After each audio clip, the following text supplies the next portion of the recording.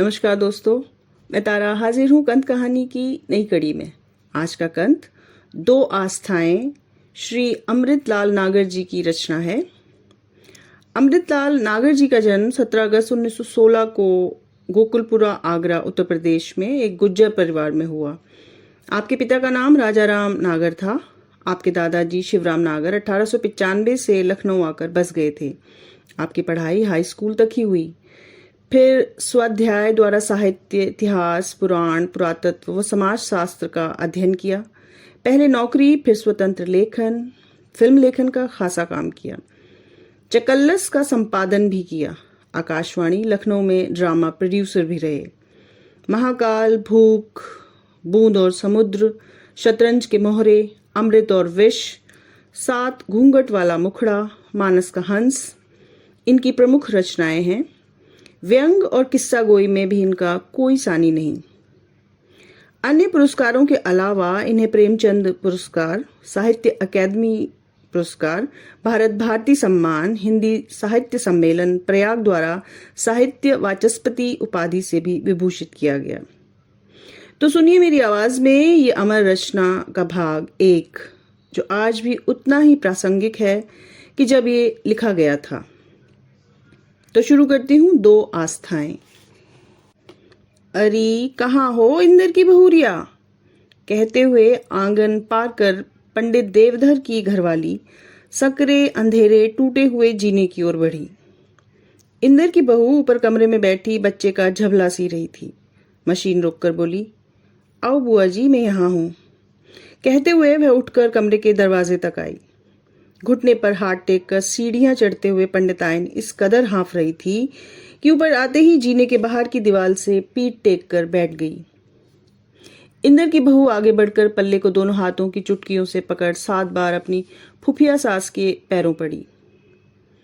ठंडी सीरी, बूढ़ सुहागन, दूधन नहाओ, पूतन फलो, आशीर्वाद देती हुई पंडिताइन रुकी। दम लेकर अपने आशीर्वाद को नया बल देते हुए कहा, हम तो बहुरिया रात दिन यही मनाए हैं। राम करे मारकंडी की आर बल्ले के आवे जल्दी से, राम करे सातों सुख भोगो बेटा।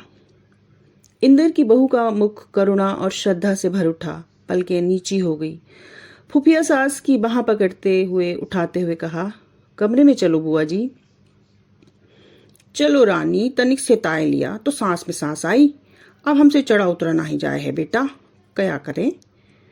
बुआ जी उठकर बहुरिया के साथ अंदर आई। मशीन पर नन्हा सा झबला देखकर बुआ जी ने अपनी भतीज बहू को खुफिया पुलिस की दृष्टि से देखा।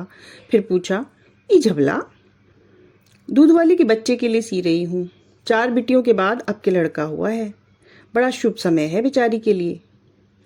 बड़ी दया ममता है बहू तुम्हारे मन में। ठाकुर जी महाराज तुम्हारी सारी मनोकामना पूरी करे। तुम्हें वो अंदर को देख के ऐसा चित्त प्रसन्न होए है, ऐसा कलेजा जुड़े है बेटा कि जुग जुग जियो। एक हमरे भूला तरभुवन की बहुएं हैंगी, जैसा मानुख वैसी जोय। पर आए घर की बेटियों को कया दुख दूं। कोई नई बात हुई बुआ जी? अरे जिस घर के संस्कार ही बदल जाएं, उस घर में नित्य नई बात होवेगी। हम तो कह में है रानी कि हमरे पाप उदय बहे हैं। कहकर बुआ जी की आंखें फिर शून्य में सध गई। इंदर की बहू को नई बात का सूत्र नहीं मिल रहा था, इसलिए उसके मन में उथल पुथल मच रही थी। कुछ नई बात जरूर हुई है। वो कहते थे कि फूफा जी कुछ उखड़े से हुए से हैं। बड़े देवर की कुतिया फिर चौके में। इंदर बहू का अनुमान सत्य के निकट पहुंचा। घटना पंडित देवधर के बड़े बेटे डॉक्टर भोला शंकर भट्ट द्वारा पाली गई स्कॉटलैंड की बेटी जूलियट के कारण ही घटी। इस बात तो उसने गजब ही ढा दिया। पंडित जी की बगिया में पुरखों का बनाया हुआ एक गुप्त साधना गृह भी है। घर की 4 दीवारी के अंदर ही यह बगिया भी है। उसमें एक और ऊंचे चबूतरे पर एक छोटा सा मंदिर बना है। मंदिर में एक सन्यासी का पुराना कलमी चित्र चंदन की नक्काशीदार जर्जर चौकी पर रखा है। उस छोटे से मंदिर में उकड़ू बैठकर ही प्रवेश किया जा सकता है। जिस गृह में संगमरमर की बनी सरस्वती देवी की अनुपम मूर्ति प्रतिष्ठित है, जिस पर सदा तेल से भिगोया रेशमी वस्त्र पड़ा रहता है। केवल श्रीमुख के ही दर्शन होते हैं। मूर्ति के सम्मुख अखंड दीप जलता है। यह साधना गृह एक मनुष्य के पालथी मारकर बैठने लायक चौड़ा तथा मूर्ति को साष्टांग प्रणाम करने लायक लंबा है। पंडित देवधर जी के पितामह के पिता को सन्यासी ने यह मूर्ति और महासरस्वती का बीज मंत्र दिया था। सुनते हैं उन्होंने सन्यासी की कृपा से यहीं बैठकर वाग्देवी को सिद्ध किया और लोक में बड़ा यश और धन कमाया था। पंडित जी के दादाजी और पिताजी भी बड़े नामी गिरामी हुए। रजवाड़ों में पूछते थे।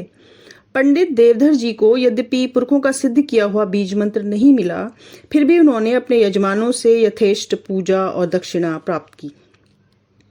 बीज मंत्र इसलिए न पा सके कि वह उत्तराधिकार के नियम से पिता के अंतकाल में उनके बड़े भाई धरणीधर जी को ही प्राप्त हुआ था और वे भरी जवानी में ही हृदय गति रुक जाने से स्वर्ग सिधार गए थे। फिर भी पंडित देवधर जी ने आजीवन बड़ी निष्ठा के साथ जगदम्बा की सेवा की है। एक दिन नित्य नियमानुसार गंगा से लौटकर सवेरे पंडित जी ने जब साधना गृह में प्रवेश किया तो उसे भोला की कुतिया को मंदिर में पाया। पंडित जी की क्रोधाग्नि प्रचंड रूप से भड़क उठी। लड़के लड़कों की बहुएं एक मत होकर पंडित देवधर से जुबानी मोर्चा कर लेने लगे।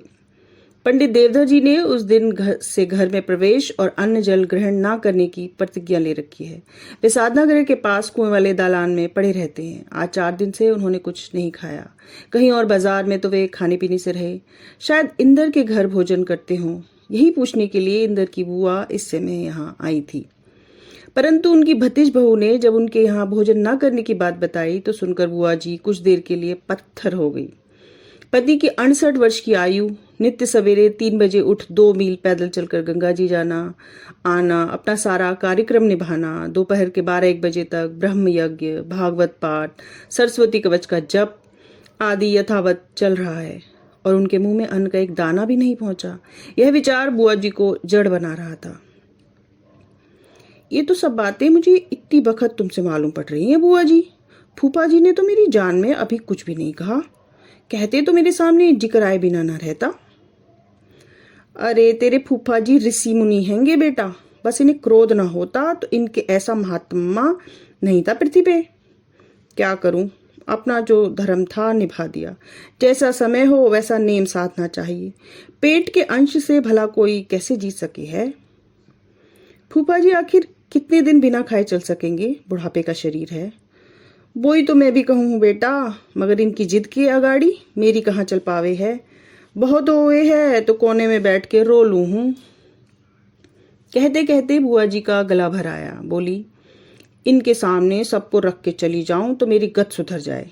जाने क्या क्या देखना बदा है लीलार में। बुआ जी टूट गई, फुट फुट कर रोने लगी। तुम फिक्र न करो बुआ जी, इतने दिनों तक तो मालूम नहीं था, पर आज से फूफा जी के खाने पीने का सब इंतजाम हो जाएगा। डॉक्टर इंद्रवत शर्मा के यूनिवर्सिटी से लौट कर आने पर चाय पीते समय उनकी पत्नी ने सारा हाल कह सुनाया। इंद्रदत्त सन्न रह गए। फूफा जी बिना किसी से कुछ कहे सुने इसी प्रकार अनशन कर प्राण त्याग कर सकते हैं, इसे इंद्रदत्त अच्छी तरह जानते थे। उनके अंतर का कष्ट चेहरे पर तड़पने लगा।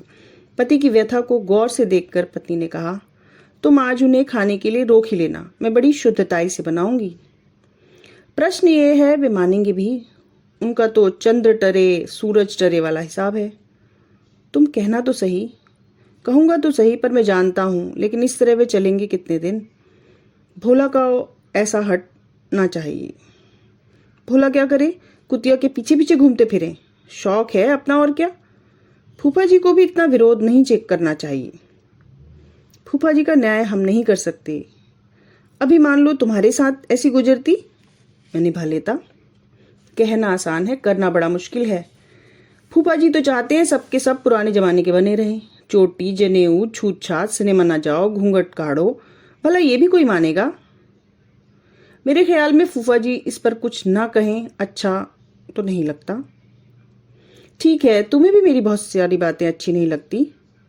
कौन सी बातें?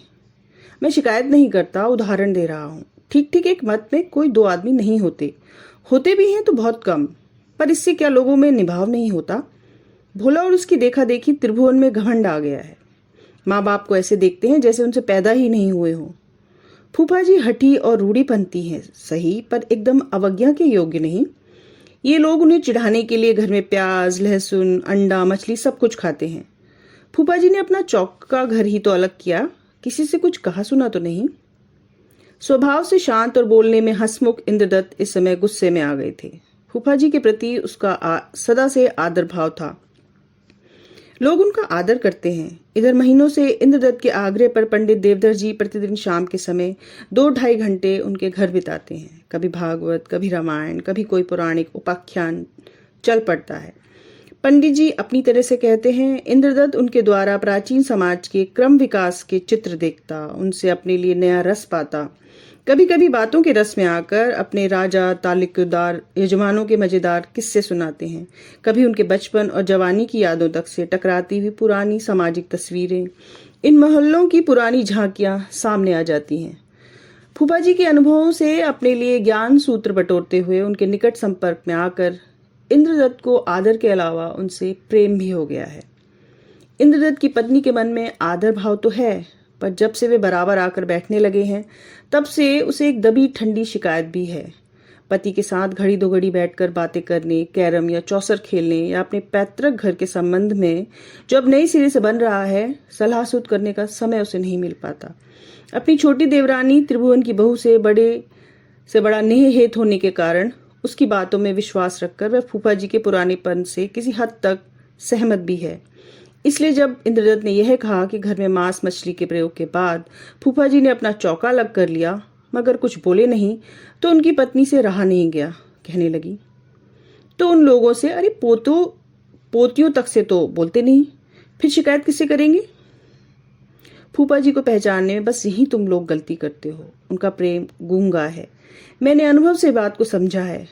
बंद रहने पर भी झिरझिरे दरवाजों से जिस तरह लू के तीर आते हैं, संयमी इंद्रदत्त के मन में परेशानी इसी तरह प्रकट हो रही थी।